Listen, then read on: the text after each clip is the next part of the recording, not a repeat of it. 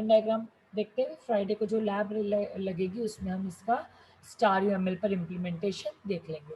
Okay, so I am starting, आज जैसे IT के स्टूडेंट्स भी हैं तो I am starting from the definition itself, though I have already covered this in the last class. What is component diagram? So component diagram are a type of UML diagram itself, and this component diagram shows the physical aspects of the system. Now the question arises that what do you mean by physical aspect of the system?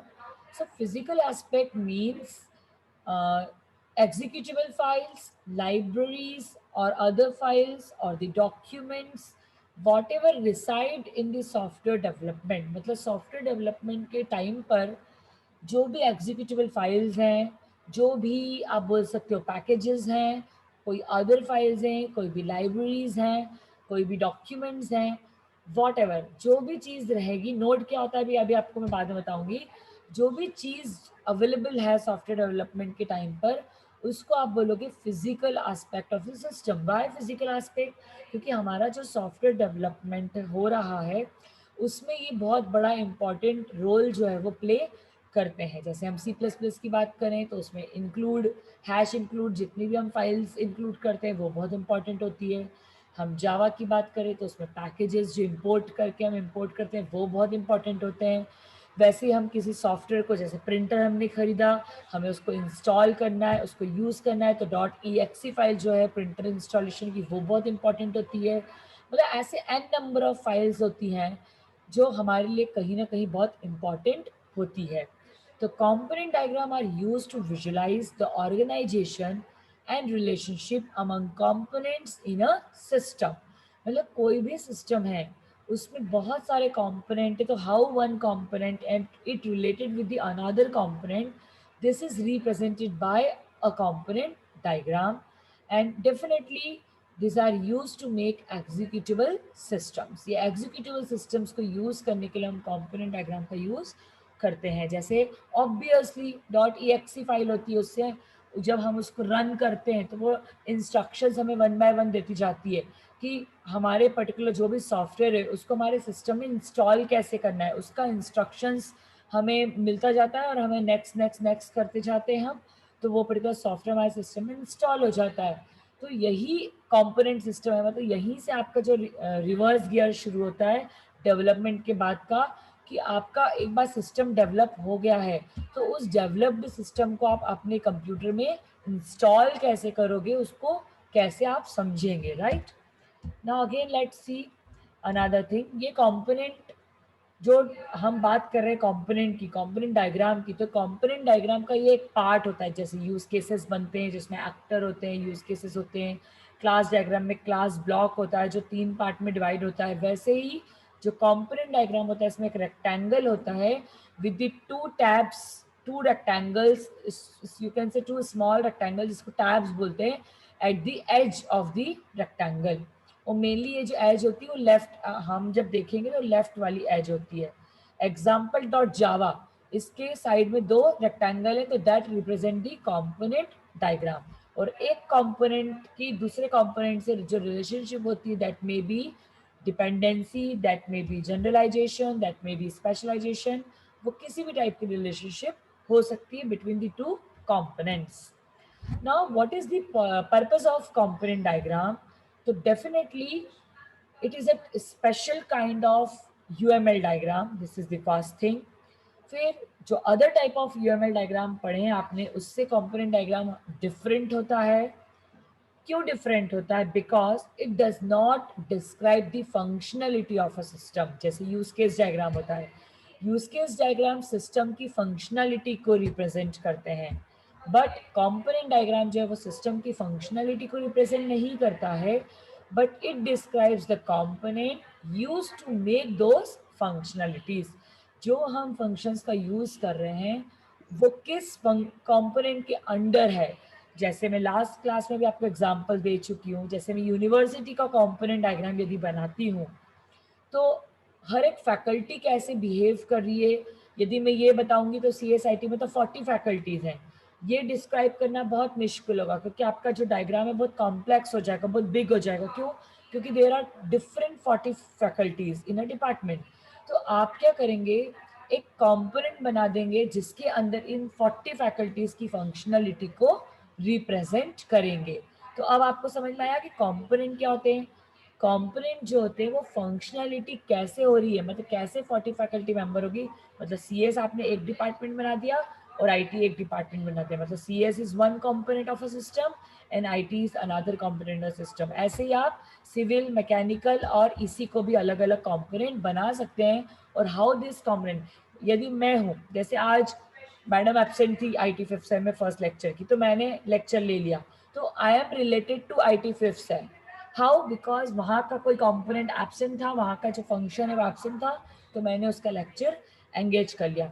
तो this is how you can tell that this is how component diagram is useful to you, right. चलो second point पढ़ते हैं। Thus, from that point of view, component diagram are used to visualize the physical component in a system. ठीक है, physical component को show करते हैं, अभी मैंने बताया फिजिकल एस्पेक्ट्स को शो करते हैं, और वो फिजिकल एस्पेक्ट्स है executable files, libraries, packages, files, वो कुछ भी हो सकती है, राइट।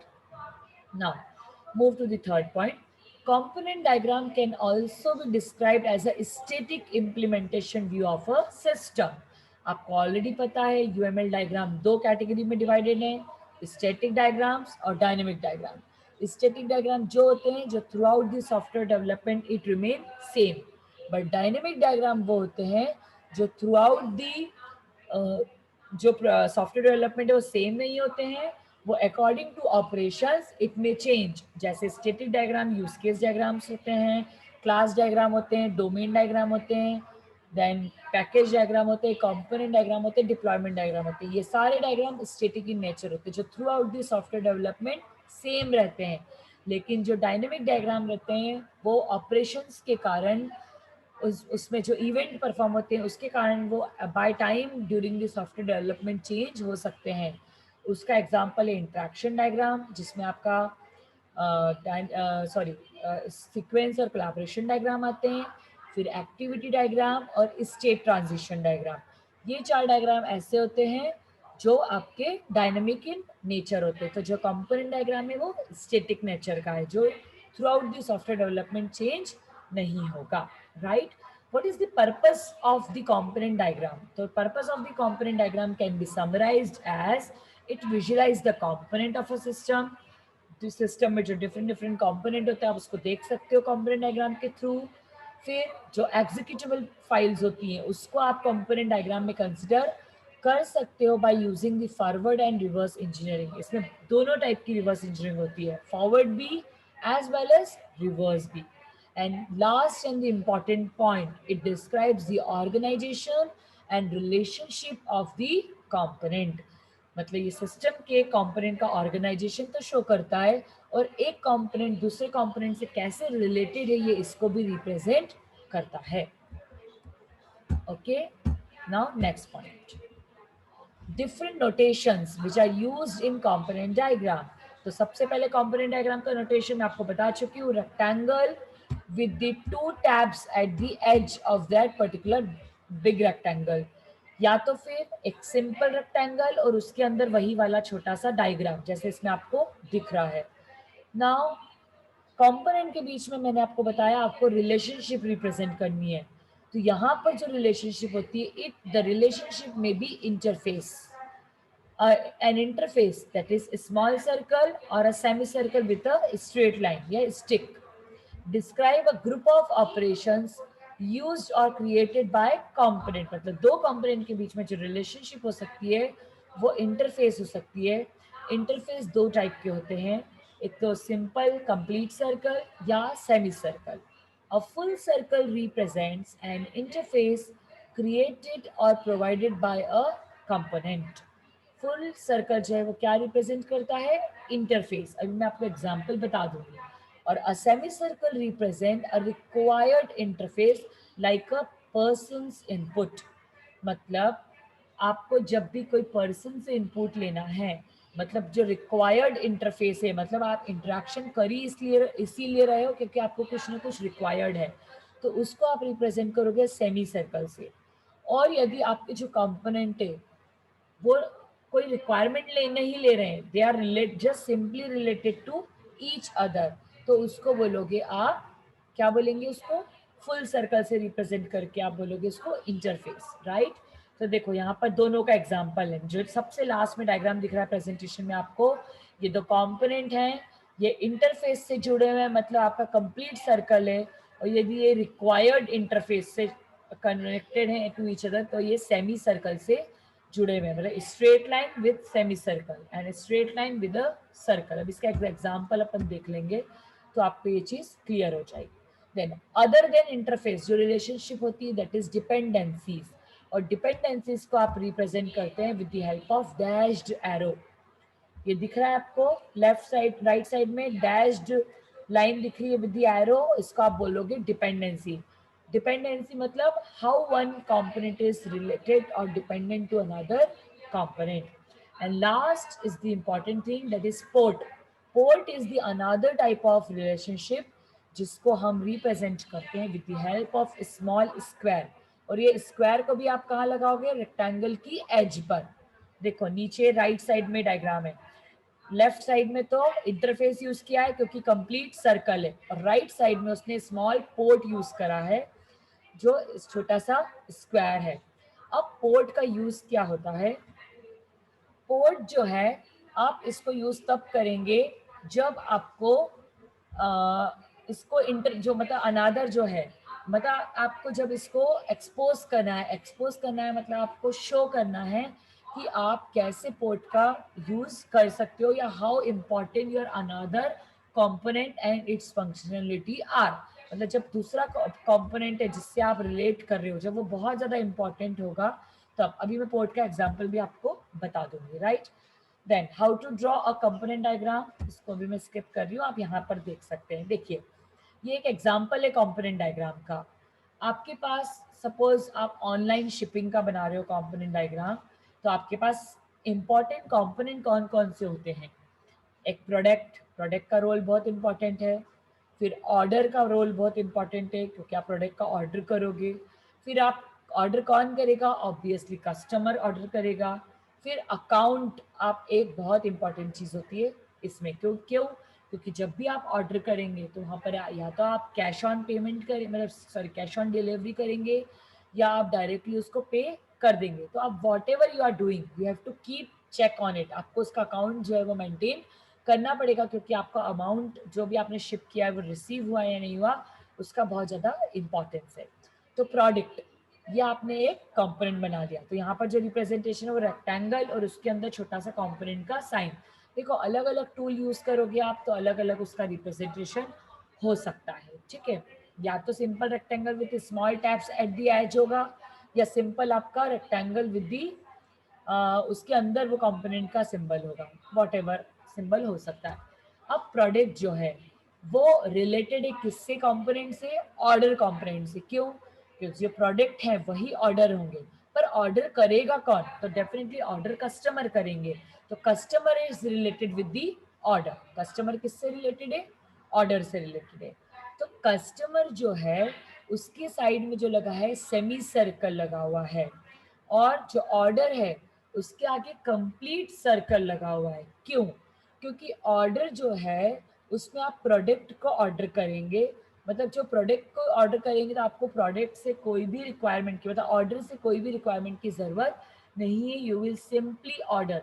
लेकिन ऑर्डर कौन कर रहा है ये बहुत इंपॉर्टेंस रखता है, तो ऑर्डर कर रहा है कस्टमर, तो कस्टमर की डिटेल्स बहुत इंपॉर्टेंट है कि वो कस्टमर रजिस्टर्ड है या नहीं। सपोज आप अमेजन पे ऑर्डर कर रहे हैं तो रजिस्टर्ड है या नहीं, वो गेस्ट यूज़र है क्या, या उसका ईमेल आईडी क्या है, उसका शिपिंग एड्रेस क्या है, उसका मोबाइल नंबर क्या है, हर चीज़ बहुत इंपॉर्टेंट होती है।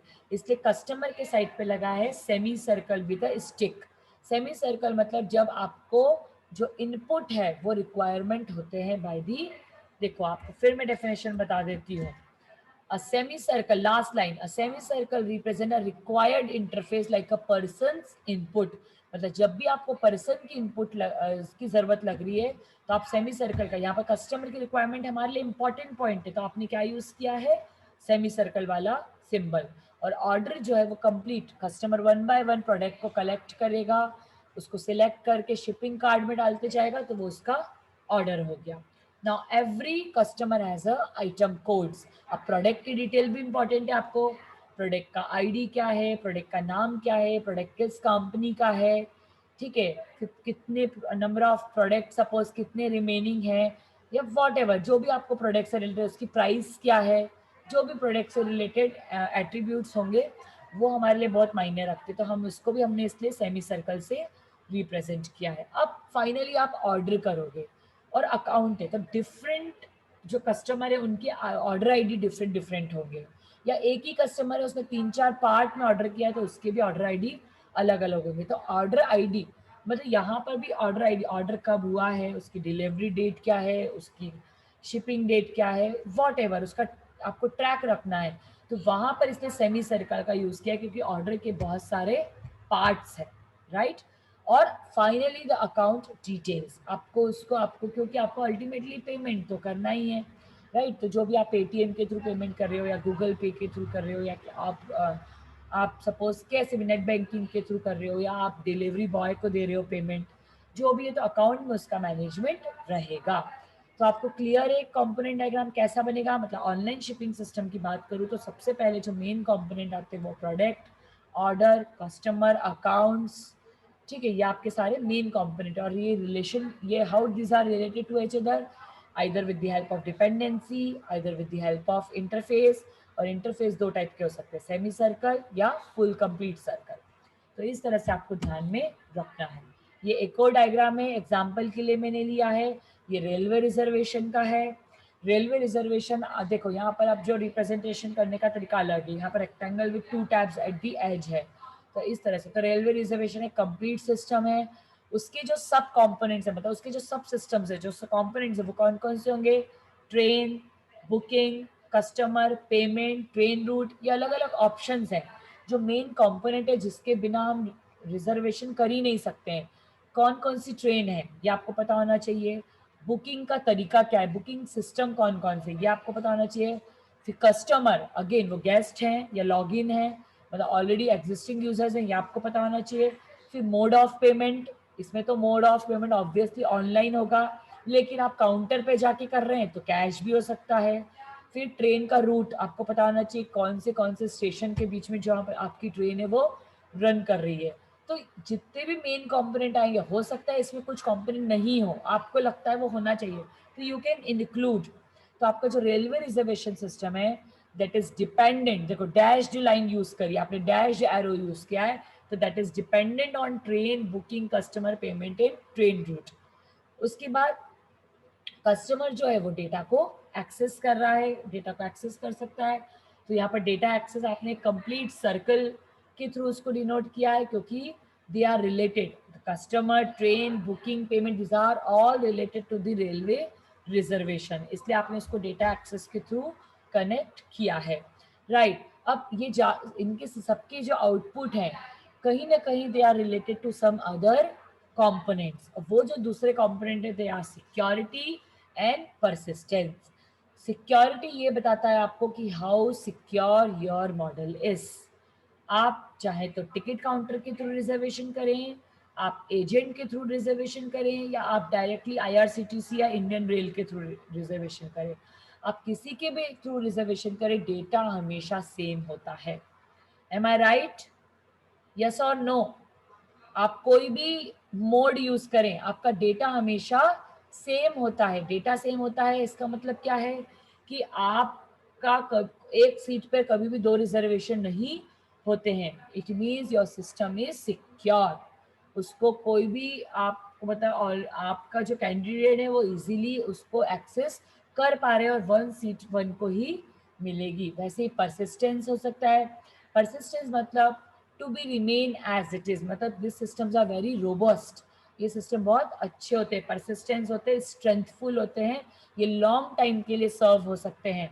लेकिन आपको पता है कभी कभी जब सुबह सुबह 10 बजे एसी की लाइन खुलती है तो बहुत सारे यूजर आ जाते हैं और सेशन आउट हो जाता है कुछ यूजर्स का, जो बहुत देर तक उसको यूज नहीं करते। क्यों? ताकि आप नंबर ऑफ यूजर्स को अपने सिस्टम में अडॉप्ट कर सको। और आप कोई भी काम कर रहे हो, these are all related with the database. Who is reserving at what time in which train, सब कुछ डेटा जो है कितने रुपए हुए, सब कुछ डेटाबेस में मेंटेन रहेगा. तो this is the simple system of a railway reservation for component diagram. ठीक है, इसमें कोई डाउट हो तो आप पूछ लीजिए. ऐसे ही सिमिलर हॉस्पिटल मैनेजमेंट का बनाया, सब कुछ सेम है, बस हॉस्पिटल मैनेजमेंट है तो हॉस्पिटल के जो कंपोनेंट है वो चेंज हो गए. Hospital, patient, doctor, nurse, appointment, या ये अलग अलग आपके हॉस्पिटल से रिलेटेड कंपोनेंट हो गए. डायग्राम एज इट इज बनेगा, कोई भी चेंजेस नहीं होंगे. तो सिंपल कंपोनेंट डायग्राम हो गया आपका हॉस्पिटल मैनेजमेंट सिस्टम का. ठीक है, आपको कोई डाउट हो तो आप प्लीज पूछ लीजिएगा. ठीक है, ये सिंपल एक लास्ट डायग्राम लेते हैं फॉर टुडेज लेक्चर, या टाइम मिला तो और डायग्राम ले लेंगे. ये एक और कंपोनेंट डायग्राम है, मैंने बहुत सारे एग्जांपल्स ले रखे हैं ताकि आपको दिक्कत ना आए समझने में. तो एटीएम सिस्टम का कंपोनेंट डायग्राम बनाया है. तो एटीएम सिस्टम हमारा एक कंपोनेंट हो गया. उसमें कैश डिस्पेंसर, देखो वो जो एटीएम की मशीन होती है उसकी भी बहुत अलग अलग होते हैं. कार्ड इंसर्ट करने के लिए एक अलग आपका मॉड्यूल होता है. फिर कार्ड अंदर जाता है तो उसको वैलिडेट होता है कि कार्ड सही है नहीं है, आपने उसमें जो पिन एंटर की है वो सही है नहीं है, वो सिस्टम अलग होता है. कार्ड रीडर, नकली कार्ड तो नहीं है सपोज, तो वो कार्ड रीडर अलग होते हैं, जिसपे वो छोटा सा आपने देखा होगा एक गोल्डन कलर का हर एटीएम कार्ड पर वो लगा हुआ रहता है. ठीक है, उससे आप जज करते हो. फिर एटीएम नेटवर्क, आप बैंक से रिलेटेड होते हो क्योंकि आप जो भी ट्रांजैक्शन कर रहे हो वो बैंक में भी रिफ्लेक्ट होता है, तो वो भी एक मॉड्यूल हो सकता है. फिर कैश डिस्पेंसर जो नीचे लगा हुआ रहता है जहाँ से आपके कैश निकल के आते हैं. मतलब एक आप एटीएम सिस्टम की बात करो तो उसके बहुत सारे मॉड्यूल्स होते हैं, राइट. तो ATM जो है it depend upon cash dispenser, it depend upon cash validator, it depend upon cash card reader, it depend on ATM network. बहुत सारी चीज़ों पे हमारा जो है ATM जो डिपेंड करता है. तो this are cash dispenser, cash validator, cash ATM network, card reader, ये अलग अलग कंपोनेंट हैं किसके, ATM के अलग अलग कंपोनेंट्स हैं. और ये जो अलग अलग कंपोनेंट्स हैं ATM के, ये इनके बिना मतलब इन सब कंपोनेंट के बिना हमारा एटीएम जो है वो फुली फंक्शनली नहीं चल सकता, राइट. तो आपको एटीएम का जब भी कंपोनेंट डायग्राम बनाएंगे तो आपको दिमाग में ये चीज लाना है कि what are the main component which involve in a ATM diagram. ठीक है, और आपको इन सब की फंक्शनलिटी तो है जो है वो तो है आपको पता ही है, राइट. चलिए, तो ये एक डायग्राम हो गया. फिर अगेन आप एक सिंपल आप मतलब आप बोल सकते हो कि एक क्लाइंट सर्वर डायग्राम यदि आप बनाते हो, आपको उसका कंपोनेंट डायग्राम रिप्रेजेंट करना है, तो आप इस तरह से रिप्रेजेंट कर सकते हो कि एक टर्मिनल विंडो है, जैसे मैं हूँ तो मुझे एक सर्वर से कोई चीज़ को फाइल को फैच करके लाना है, तो आई एम टर्मिनल विंडो जो काम करने वाला है. तो मैं लॉगिन करूँगा या लॉगिन करूँगी, जो भी पर्टिकुलर XYZ होगा, और आप जो भी पर्टिकुलर लॉगिन कर रहे हैं तो हो सकता है उसमें स्कैनिंग की रिक्वायरमेंट हो या वॉट एवर, जैसे आपको कोई चीज़ की रिक्वायरमेंट हो तो आप स्कैन, उसका एक कंपोनेंट दूसरा स्कैनिंग हो सकता है. फिर आपने जब आप एप्लीकेशन सर्वर की बात करते हैं तो एप्लीकेशन सर्वर पे आपने देखा होगा इन्वेंट्री अपडेट या इन्वेंट्री रिपोर्ट, ये बहुत इंपॉर्टेंट चीज़ होती है. What do you mean by inventory, बहुत बार मैं क्लास में बता चुकी हूँ, CS वालों को तो पता होगा. इन्वेंट्री का मतलब होता है कि जैसे आप बिग बाजार में कोई सामान खरीदने जाते हैं, सपोज आपको मैगी खरीदनी है, वहाँ पर 10 पैकेट मैगी के रखे हुए हैं, आपने 8 पैकेट्स जो है वो परचेस कर लिए हैं, अब वहाँ पर रिमेनिंग पैकेट 2 हैं, तो हमारा जो स्टॉक है वो क्या हो रहा है, फुल हो गया क्योंकि हमने तो परचेस कर लिया. लेकिन जो शॉप है उसका जो स्टॉक है वो क्या हो गया, कम हो गया. क्यों कम हो गया, क्योंकि टोटल 10 पैकेट है. अब सपोज कोई दूसरा क्लाइंट आ गया with in 5 minutes of time, जिसको 5 पैकेट चाहिए, तो उसको 2 ही पैकेट मिलेंगे, 3 उसको कम हो जाएंगे. तो रेगुलरली आपने देखा होगा वहाँ पर जो यूजर्स नहीं, वहाँ पर जो एम्प्लॉयज़ रहते हैं, वो सेल्स पर्सन जो रहते हैं वो कंटिन्यूसली स्टॉक को चेक करते रहते हैं और उसका स्टॉक अपडेट करते रहते हैं ताकि जो भी कोई कस्टमर आए उनको कमी ना पड़े. तो इन्वेंट्री अपडेशन और इन्वेंट्री रिपोर्ट का मतलब ये होता है कि आपकी जो रिपोर्ट है वो जनरेट होती जाएगी. रिपोर्ट जनरेट होती जाएगी मतलब आपको रिपोर्ट में पता लग जाएगा कि कौन सी आइटम कम हो गई है, तो उसके बेसिस पे आप अपनी इन्वेंट्री को अपडेट कर सकते हो, अपने स्टॉक को अपडेट कर सकते हो. ठीक है, फिर आप जो भी पर्टिकुलर कर रहे हो, तो आपको ट्रांजैक्शन कर रहे हो, आप बिलिंग कर रहे हो क्योंकि आपके पास स्टॉक खत्म हो गया है, आप होलसेलर से स्टॉक को बुला रहे हो, तो कहीं ना कहीं आपको इसको भी वेरीफाई करना पड़ेगा। तो और डेटाबेस, ये सारी चीज़ें, आप अकाउंट, आपने कौन सा आइटम कब खत्म हुआ, उसको आपने कब ऑर्डर किया, वो कब आने वाला है, जो भी वॉट एवर, कितने कस्टमर आए, उसने कब खरीदा, टाइमिंग, आपने बिल पे भी देखा होगा टाइमिंग वगैरह हर चीज़ मेंशन रहती है। तो डेटाबेस भी हमारा बहुत ज़्यादा इम्पॉर्टेंट है। तो इस तरह से आप कर सकते हो। देखो, एक चीज़ बहुत आपने यहाँ पर नोटिस की होगी, जो आउटर सिंबल है वो पैकेजेस है, और पैकेज के अंदर कंपोनेंट्स है।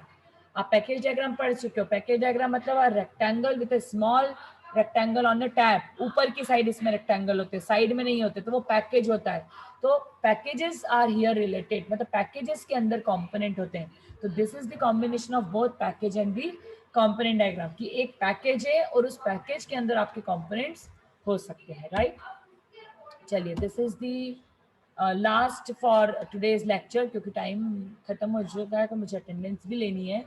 तो आप सपोज कोई भी आप बुकिंग कर रहे हो किसी भी सिस्टम की, वो बस बुकिंग भी हो सकती है, एरोप्लेन भी बुकिंग हो सकती है, एक नॉर्मल से इसमें एक सिंपल कंपोनेंट डायग्राम बना के रखा है कि बुकिंग एक हमारा कंपोनेंट है, सर्विसेज एक हमारा कंपोनेंट है, मेन डॉट ई एक्सी हमारा कंपोनेंट है, और जीओआई हमारा कंपोनेंट है। तो मेन डॉट ई एक्सी जो है, जो जिसे हम रन करेंगे, जिसके थ्रू हम सिस्टम को यूज़, सर्विस जो है हमारा, सर्विस को हम यूटिलाइज कर सकते हैं। जीयूआई ऐसा सिस्टम है जिससे हम इंटरेक्ट कर सकते हैं। और बुकिंग हमारा जो सिस्टम है कि जब हमने हमारी डॉट ई एक्सी रन कर ली, तो जब हमारा जो सिस्टम है वो इंस्टॉल हो गया, तो हम फर्दर बुकिंग की जो प्रोसेस है, जो फर्दर सिस्टम है, उसको हम क्या सर्विसेज जो है उसको एंजॉय कर सकते हैं। तो इस तरह से हमने एक डायग्राम बना लिया। ये एक और डायग्राम है, देखो ये भी सेम है, ये यूनिवर्सिटी का है जिसका मैं एग्जांपल दे रही थी, कि कोई भी स्टूडेंट है, उसका क्लास है, उसको क्लास अटेंड करनी है, उसका कोई शेड्यूल है, तो स्टूडेंट मैनेजमेंट सिस्टम का डायग्राम आप कैसे बना सकते हो with the help of component diagram. जैसे हॉस्पिटल मैनेजमेंट आपने बनाया था, ठीक है, आपने उसी टाइप से आप स्टूडेंट मैनेजमेंट बना सकते हो। इसमें बस कंपोनेंट चेंज हो गए, फैसिलिटी एक कंपोनेंट हो गया, स्टूडेंट एक कंपोनेंट हो गया, सेमिनार एक कंपोनेंट हो गया, शेड्यूल एक कंपोनेंट हो गए। अब डेटाबेस में यहाँ पर यूनिवर्सिटी का डेटाबेस आ गया, परसिस्टेंट में यहाँ पर इंफ्रास्ट्रक्चर से रिलेटेड आ गया, ठीक है, सिक्योरिटी से रिलेटेड। तो ये सब डायग्राम का जो फॉर्मेशन है, मेकिंग है, वो बिल्कुल सेम है। बस कंपोनेंट जो है, सॉफ्टवेयर डेवलपमेंट किसके लिए आप कर रहे हो, यूनिवर्सिटी के लिए कर रहे हो तो अलग हो जाएगा, किसी कंपनी के लिए कर रहे हो तो अलग हो जाएगा, किसी मैं हॉस्पिटल के लिए कर रहे हो तो अलग, लाइब्रेरी के लिए कर रहे हो तो अलग, सिस्टम के अकॉर्डिंग उसके जो कंपोनेंट्स है वो चेंज होते जाएंगे। ओके, तो where to use component diagram, component diagram आप कब यूज करोगे, तो ये स्पेशल टाइप के डायग्राम होते हैं जो स्टैटिक इन नेचर होते हैं, और इन डायग्राम को आप वहां पर यूज करोगे जहां आपको ओवरऑल सिस्टम को समझना है कि हमारा सिस्टम कैसे दिखता है, to model the different component of the system, to model the schemas of the database. आपको पता है 3 स्कीमा होती है, फिजिकल लेयर, कंसेप्चुअल लेयर और एप्लीकेशन लेयर। तो ये 3 लेयर जहाँ पर होती है, the application of an application, मतलब एप्लीकेशन लेयर होती है, मतलब कैसे ये इंटरेक्ट करेगा आपको ये भी पता लग जाएगा, ठीक है। आपका सिस्टम जो है वो कैसे वर्क करेगा, जो आपने इतना सारा कोडिंग करके रखा है उसको स्मॉल से डायग्राम से कैसे रिप्रेजेंट कर सकते हो, ये भी आपको कंपोनेंट डायग्राम के थ्रू पता चलेगा, ठीक है। When to use component diagram, definitely जब आपको लास्ट में जब एग्जीक्यूट करना है अपने सिस्टम को, सॉफ्टवेयर को जब सिस्टम करना है, आपको सब सिस्टम्स को दिखाना हो, आपका सिस्टम बहुत बड़ा है, जब आपको सब सिस्टम्स को रिप्रेजेंट करना है, तो सब सिस्टम को रिप्रेजेंट करने के लिए आप कंपोनेंट डायग्राम का यूज करते हैं। So that's all for today's lecture. Slides में आपको शेयर कर दूंगी गूगल क्लासरूम में। Please on your video cameras for the attendance. Everyone on your video cameras for the attendance.